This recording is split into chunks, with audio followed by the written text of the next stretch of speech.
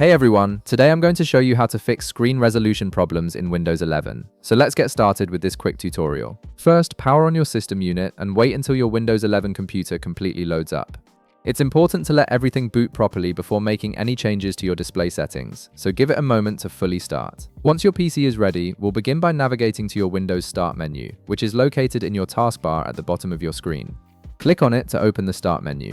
From here, type in Settings in the search box and press Enter. This will launch the Windows Settings application, which is your control center for customizing how your system operates. When the Settings window appears, click on System. This section contains all the core settings related to your display, sound, notifications, and power options. You'll now be directed to the Windows System Settings menu. Look at the left side panel where you'll see several options listed vertically. Click on Display from this menu. This is where Windows manages everything related to your screen, including resolution, brightness, and multiple monitor configurations. Next, scroll down through the display settings until you find Advanced Display Settings and click on it.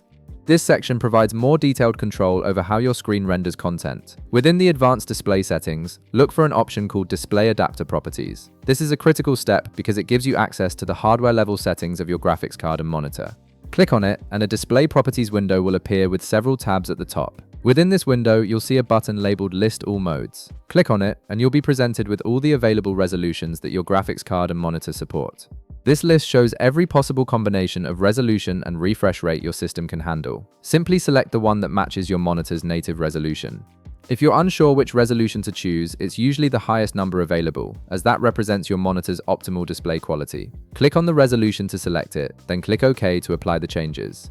Now that you've corrected the resolution, we need to restart your display drivers to ensure the changes take full effect. To do this, press and hold the Windows key along with the Control and Shift keys. Then press the B button on your keyboard all at the same time.